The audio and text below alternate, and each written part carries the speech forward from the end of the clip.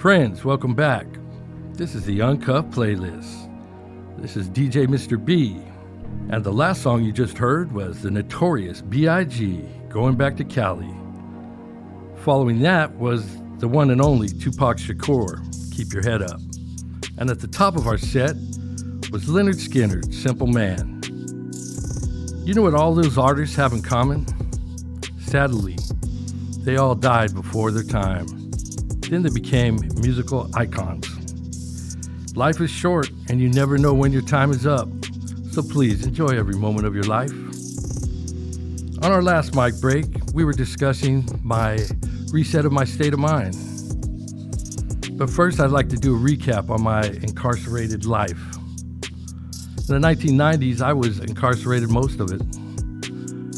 5 terms and 3 violations. You kind of just get used to being on parole. It's just a part of you, adapt to it. In the year 2000, I walked into my parole office thinking I was going to drug test like normal. They said, "What are you doing here?" And I said, "I'm here to drug test. What's up?" They go, "You're not on parole no more. Get out of here." I go, "What?" Let me tell you something. When I walked out of that parole office, I was free. I hadn't been free in 10 years. And now I had this overwhelming feeling that came across me, and I was determined to stay off parole, and I did for 20 years.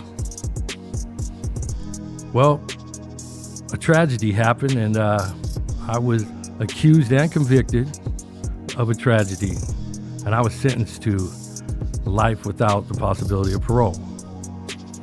And when you go through a long drawn-out trial of 2 to 3 years and back and forth to court, you kind of go numb, and you have a lot of hope and possibilities.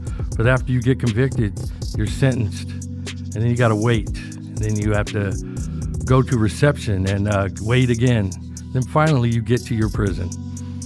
And when you get here, reality sets in, and you start to evaluate your life. Well, I'm a very fortunate man in this situation because I have a great support system. I have family, friends. I have a wife of 28 years. I love you, Joy. And I have 3 children, 3 grandchildren, and lifelong friends from like 40, 50 years.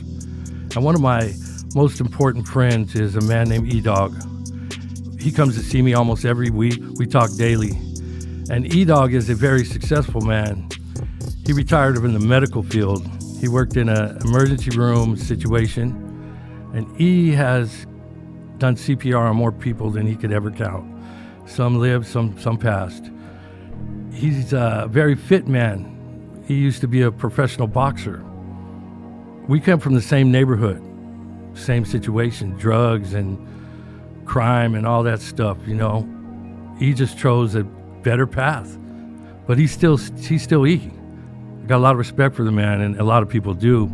He comes to see me, and he could see that my mental state was slipping, you know, and we talk a lot, and he said his spirituality is part of his success, but his most important part of his success was his meditation.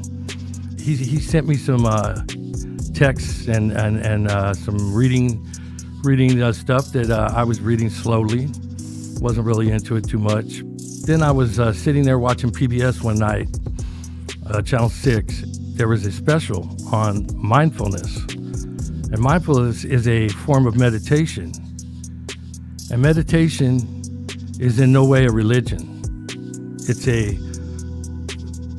a breathing technique that a lot of religions have adapted to their religion. So in this special, they were showing how children in Chicago at these schools, instead of putting them on detention, they would put them in a hour of mindfulness. And it totally changed their school. The kids were totally performing greater in home, at school, no more fights. Friends, I would just like to say that when I finally started doing this month after month, my state of mind just started changing, transforming. Your thoughts are better, your attitude's better, you sleep better. We will discuss more of this on my next set, but this next song I would like to play for you is from a band called Die Antwoord. The Ninja. And this is the Uncut Playlist.